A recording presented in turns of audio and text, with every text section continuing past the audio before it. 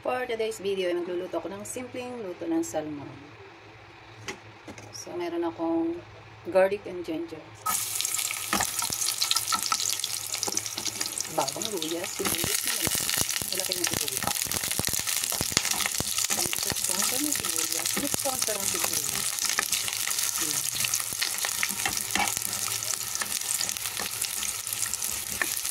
Dahil wala akong video, sarili sikat na naman.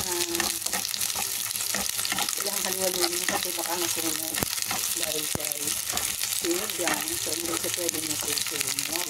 Dapat ganyan lang. And then, ito na ang tomato. Kailangan dito siya para lumabas yung pagka yung aroma niya. Kailangan dito. Kailangan natin yung sungag. Lambot-lambot. At magalaw nga ng video sa ang lalagay ko din ng tanggal para sa namoy para lumabas yung karne. Kaya nga isipin ko lang ito yung salmon kaya para lalabas yung karne.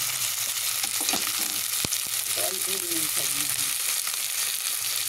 So lalagay ko ng mga small pot niya. Dito kasi sa area may mga bibili na nakapak talaga na ulo ng salmon kasama na bilig-bilig niya, bilikot, ang gitna like this. Yan.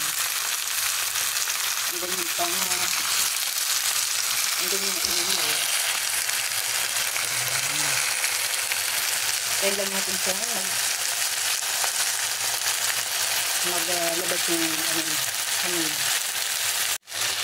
Ayan, lalagyan ko siya ng pepper, tapis, konting tapis. Okay na yun, mga isang kutsarang tapis. And then, tatakpan ko muna. Okay. At dahil lumalabas ng aroma niya, ilalagay ko na ang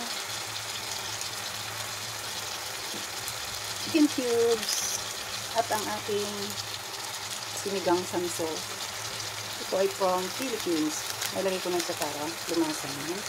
And then, ang ating tubig. Dapat maraming sabaw. Kasi masarap sa sinigang ang hinigop ng sabaw. Okay, wala pa po yung asin. Mamaya na lang. Kasi may alat na ang sinigang sa miso. May alat na rin ang cubes. So, nilagyan ko na siya ng patis. So, tatakpan ko ulit para siya ay kumulo. And after 3 minutes, kumukulo na siya. Titikman ko muna kasi yung lasa. Sakto na yung alat niya. Lalagay ko na ang kakang or water spinach siya ang tawag dito sa English. Water spinach ba? Hindi ko alam. Kasi siya nabubuhay sa tubig. Pero may mga Chinese kangkong na rin na nabubuhay siya sa ano. Nakita ko kasi sa YouTube, tinatanim nila yung Chinese kangkong. Paano lang siya, wala siyang tubig. Pero talagang ang kangkong ay sa ano na nabubuhay. Sa tubig.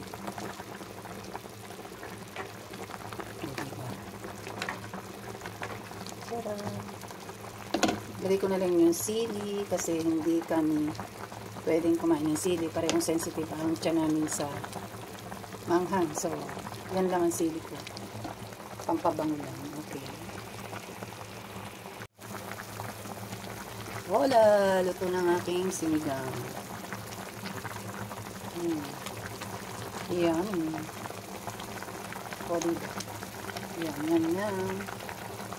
To all my subscribers, thank you so much for always watching. And sa aking mga hindi pa nakasubscribe, please subscribe, click the notification bells, and para updated kayo sa aking mga new videos. And thank you for watching sa aking simple luto sinigang. The Filipino dishes sinigang. Thank you.